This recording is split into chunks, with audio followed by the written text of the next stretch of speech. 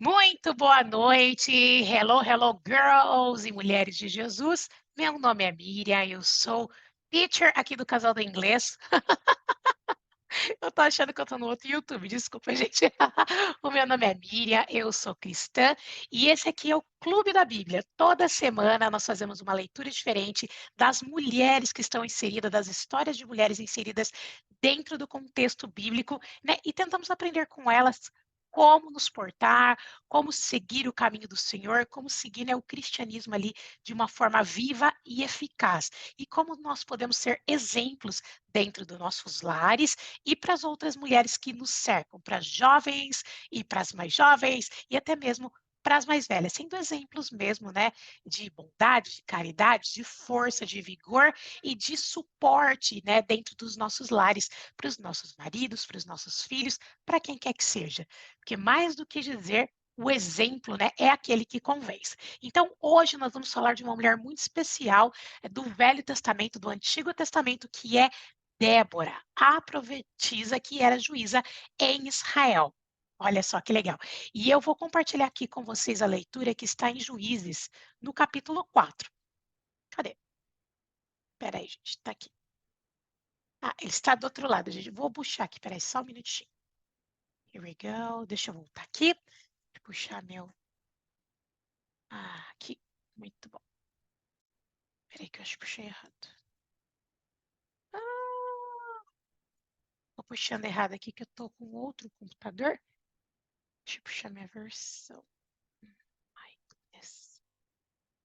Vamos lá. Aí, muito bem. Deixa eu só ver se eu estou compartilhando com vocês corretamente. Por quê? Porque o incentivo aqui desse encontro é realmente fazer com que você leia. Não acredite somente nas minhas palavras. Você precisa ler o que está escrito. Eu vou contar a história depois, vou dar uma resumida, vou te colocar no contexto geral. Mas o importante é que você leia a Bíblia e que você tome, né, tire as suas próprias conclusões.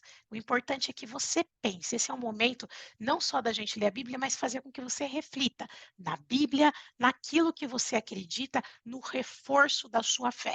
Que essa leitura ela venha realmente te convencer que a sua fé é verdadeira, que a sua fé ela está sendo eficaz. E se a sua fé ela está pequena nesse momento, é o momento realmente da gente buscar forças dentro da palavra do Senhor, porque é pelo ouvir. E o ouvir da palavra de Deus, né? É por ouvir que a gente vai aprender.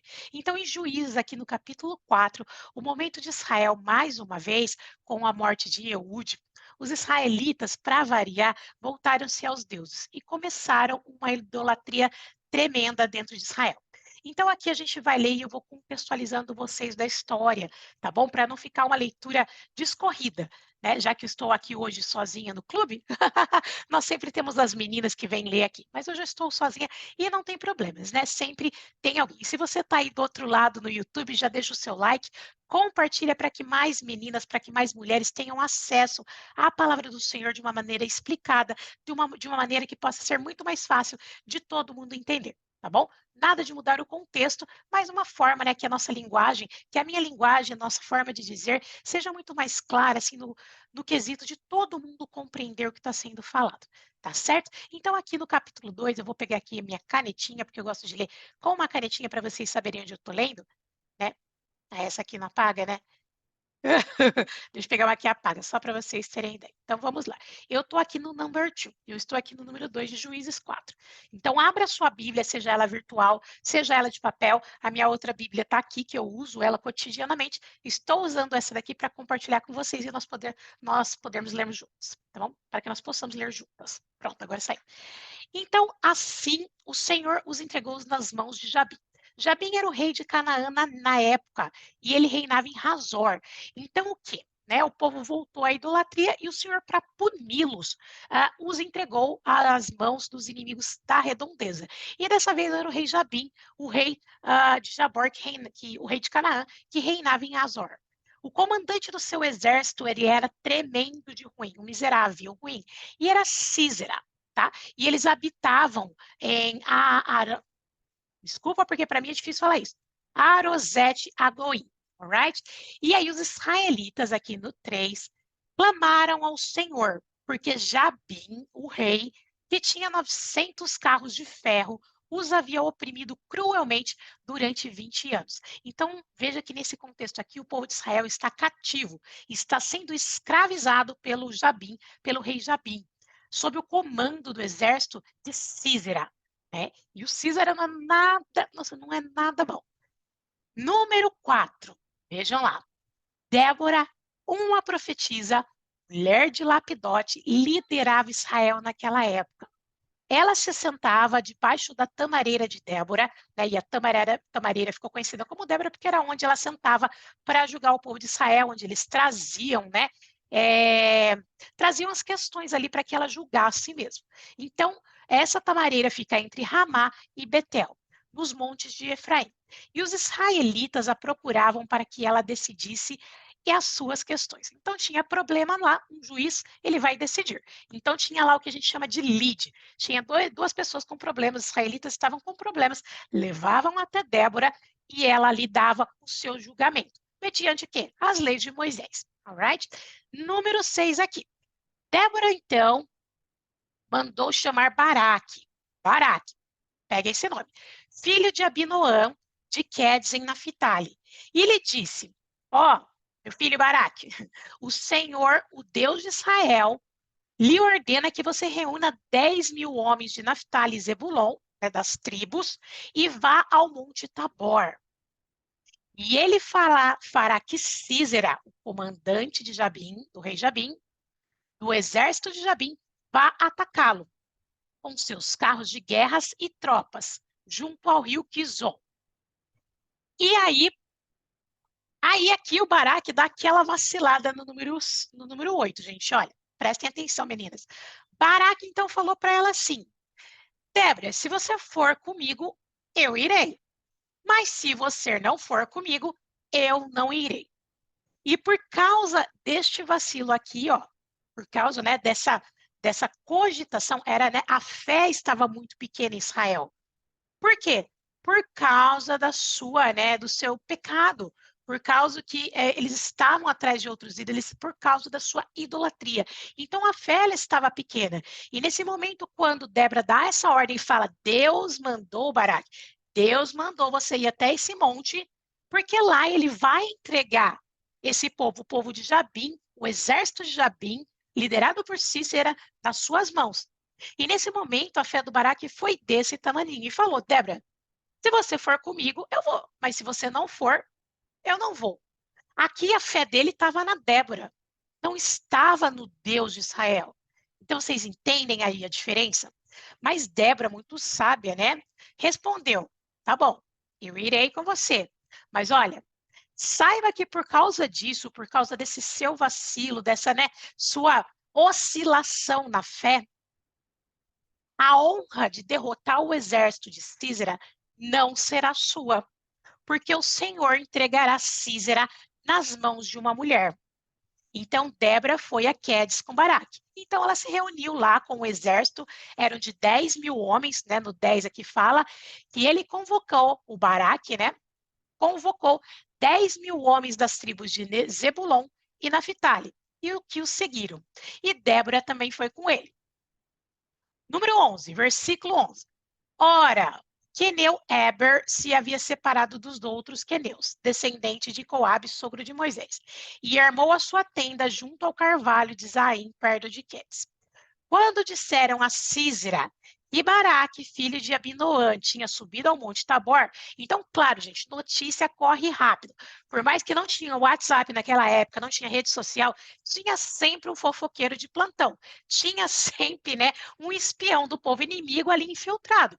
Então, quando teve essa notícia de que as tropas de Baraque estavam marchando para o Monte Tabor, é claro que o Císera, né, o que ele fez? Ele tinha muito mais carros, muito mais soldados no exército.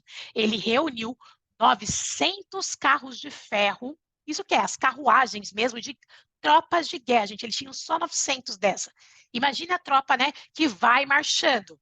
Só os carros com cavalos eram 900. Quando eu falo carros de ferro, eram essas carruagens antigas. Não sei se você assistiu a... Como chama o filme? Chama Ben-Hur.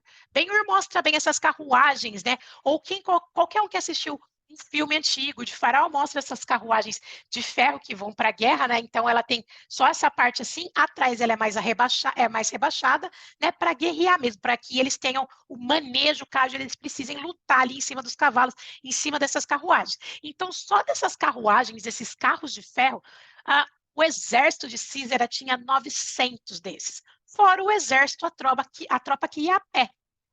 E o exército de Israel só tinha 10 mil homens, ok? Então, pensem aí a dimensão, né?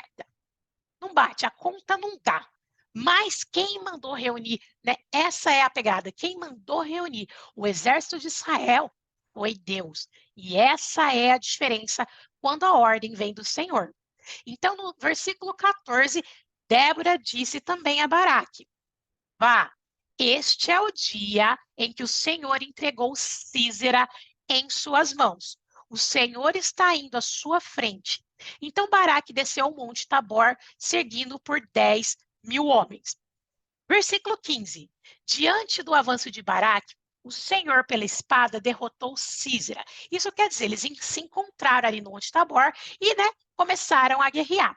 E todos os seus carros de guerra e o seu exército, e Císera desceu do carro e fugiu a pé.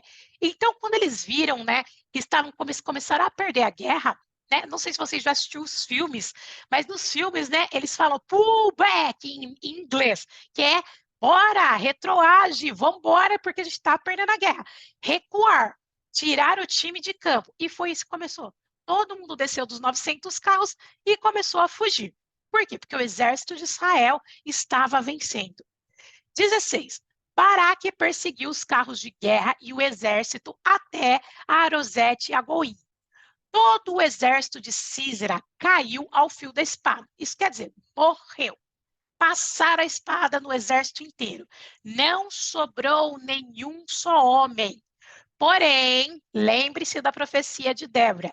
Císera fugiu a pé para a tenda de Jael, Jael, mulher do queneu Eber, pois havia paz entre Jabim, rei de Azor, e o clã do queneu Eber. Então quer dizer o quê? Né? O clã é a família. Então tinha paz, ali seria um território neutro, né? O rei Jabim e o clã aqui do Eber, eles estavam em paz, eles tinham um acordo. Então ele fugiu para o clã porque ele achou que ali ele seria recebido e seria protegido. E aí no 18 seguimos nossa história. Jael saiu ao encontro de Císera e o convidou. Venha, entre na minha tenda, meu senhor. Não tenha medo. Ele entrou e ela o cobriu com um pano. Jael é a mulher, perdão, né? Jael, para a gente aqui parece um nome masculino, mas não é. Jael saiu ao encontro. Então essa mulher foi encontrá-lo, né? Ele estava vindo e ela foi encontrar com ele. E ela falou: entra aqui na minha tenda e o cobriu com um pano. 19. Eu estou com sede, ele disse para Jael. Por favor, me dê um pouco de água. Ela abriu uma vasilha de leite feito de couro, deu-lhe de beber e tornou a cobri-lo, né, para que ninguém soubesse quem era ele. Então, ela deu lá leite para ele, alimentou, deu leite e cobriu. E Císera disse à mulher: fique à entrada da tenda, fica ali na porta. Se alguém passar e perguntar se há alguém aqui dentro, responda não. 21. Entretanto, no entanto, então, Jael, que era a mulher do Weber, apanhou uma estaca da tenda, tirou lá, né? As tendas são presas com estacas, né? Aqueles pregos grandes assim. E pegou, se aproximou silenciosamente de Císera, enquanto ele, exausto, estava dormindo, né? Estava tirando lá um soninho profundo, porque ele estava vindo da guerra, né? Que tinha acabado de tomar um leitinho, dormiu. E cravou a estaca nas têmporas até penetrar o chão. E ele morreu. Hoje, isso parece uma cena terrível, tenebrosa, mas vocês têm que lembrar o contexto que aqui era uma época diferente e eles estavam em guerra, ok? Hoje a nossa guerra muitas vezes é civil, né? Ela é nas leis, nos acordos, mais ainda, né? No estado da Palestina, no estado do Oriente, eles ainda têm guerras, né? Mas não tão sangrentas quanto essas aqui, onde teve que cravar mesmo, né? Porque ele era o inimigo, tá certo?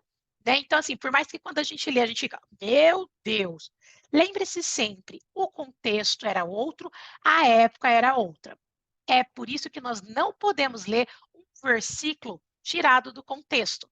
Nós temos que entender a época que se vivia, o contexto histórico, ler o começo e ler o final. Não podemos, né? Toda vez que a gente tira alguma coisa do contexto, é um pretexto para a heresia. É um pretexto para a gente falar coisa que não condiz com a verdade, tá certo? Então, sempre leiam o começo do texto, entendam o que está acontecendo, e é por isso que eu estou aqui, né? Para contextualizar o que estava acontecendo e você conseguir entender a Bíblia. Né? E no final ela não é difícil, é a questão da gente conseguir entender o que estava acontecendo e o que realmente essas palavras aqui significam. Olha só, 22. Baraque passou à procura de Císera. O Baraque estava lá procurando, cadê o general? Morreu o exército inteiro, mas e o general? Cadê? Né? E Jael, a mulher de Eber, saiu ao seu encontro e falou: Vem cá, Baraque. Ela falou que eu vou mostrar, né? Eu lhe mostrarei o homem que você está procurando. E entrando ele na tenda, o Baraque, ele viu caído no chão Císera, morto, com uma estaca atravessada nas têmporas. Que cena, né? Ui, 23. Naquele dia, Deus subjugou Jabim, o rei cananeu, perante os israelitas. E os israelitas atacaram cada vez mais a Jabim, o rei cananeu, até que eles o destruíram. E, gente, não parem por aqui a leitura, vão para o capítulo 5, por quê? O capítulo 5 tem a canção de Débora. Né? A canção de Débora, o quanto ela foi importante nessa batalha. Porque se ela não estava com seu coração disposto a servir a Deus no meio, né, de um povo que estava corrompido, ela não teria ouvido a voz de Deus e o povo continuaria escravo. Ela chamou a responsabilidade para si, mas ela entregou ao homem para que ele fizesse. Porque era de responsabilidade do homem liderar um exército. Ela não precisava disso. É isso. That's the point. Esse é o ponto.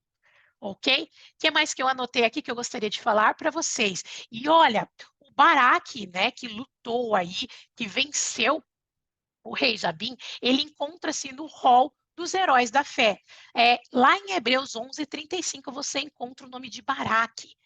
Mas fica aqui citado, né, que é uma coisa muito grandiosa, principalmente pelos conceitos da época, nós temos aqui duas mulheres sendo citadas. Débora, que já era realmente juíza em Israel, uma figura poderosa, uma figura, né, de destaque, mas ainda não era só porque ela era juíza, é porque ela seguia os preceitos do Senhor. E Jael, mulher lá de Eber, que teve ali a sua glória, né, como profetizou Débora, porque o Baraque, por mais que ele venceu a guerra, ele foi vacilante ao acreditar na palavra do Senhor, que o Senhor entregaria, né, o exército de Císera nas mãos de Israel. E como ele vacilou, Débora disse: essa honra não será sua, você vai ser lembrado como um herói da fé, porque você batalhou por Israel e você venceu pelo Senhor. Mas essa honra será dada a Jael, uma mulher, porque ela sim teve a coragem de fazer o que deveria ser feito. Então, assim, é isso que eu estou falando. Por mais, né, que as nossas palavras sejam bonitas, por mais que nós falemos bonito, né, falemos do Senhor, falemos do seu grande amor, a diferença está naquilo que nós fazemos. Nós realmente fazemos aquilo que o Senhor tem mandado a gente fazer? Nós estamos sendo exemplos de cristãs para as pessoas que estão à nossa volta? É para se pensar. Eu te convido, esse momento de leitura é realmente para a gente pegar a Bíblia, pegar a leitura, né, e realmente abraçar ela, né, e refletir. Eu estou sendo uma Débora? Eu estou dando ouvidos à palavra de Deus? Débora só pôde ouvir a voz do Senhor porque ela estava em constante contato com a lei. Ela era uma juíza e ela lia a lei de Moisés. E naquele momento era a ordem do Senhor para o povo. Jesus não tinha vindo ainda.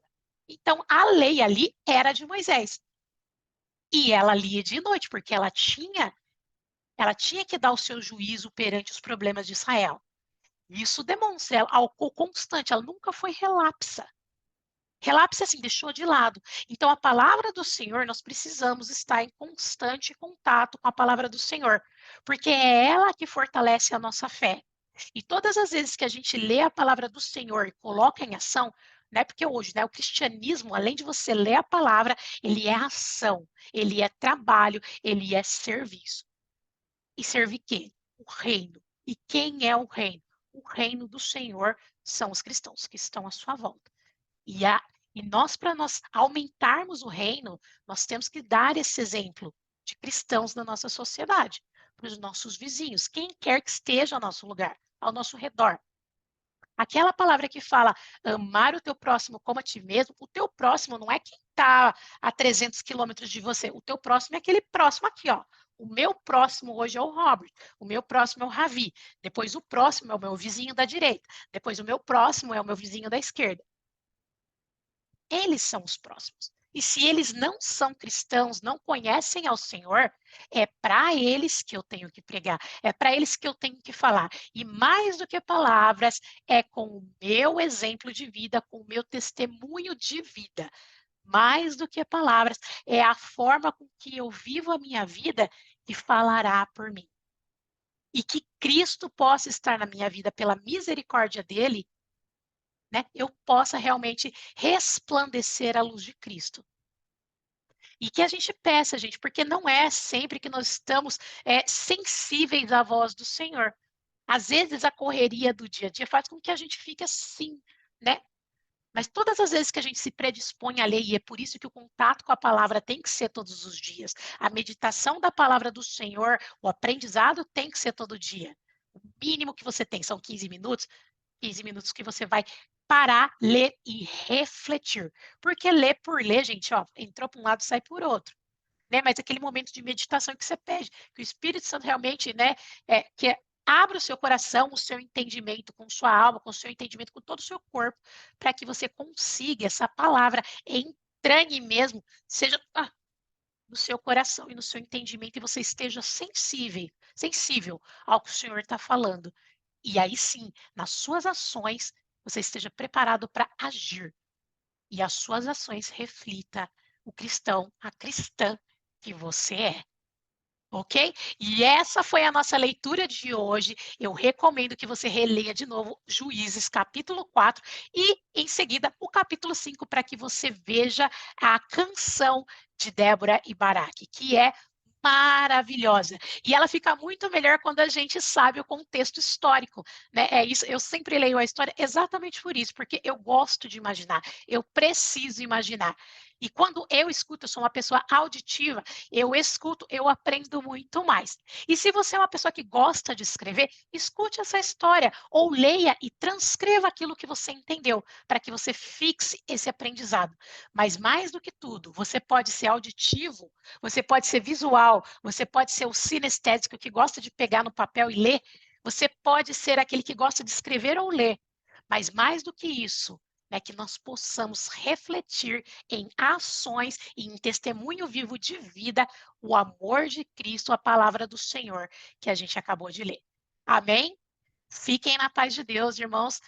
Meninas, que vocês possam compartilhar essa mensagem, deixe o seu like, deixe aqui nos comentários qual a próxima mulher da Bíblia que você quer saber mais, para a gente poder se preparar e no próximo encontro nós falaremos de uma próxima mulher, ok? Fiquem na paz de Cristo e eu vejo vocês na próxima leitura. Deixa eu ver meu botãozinho de dar tchau e tchau!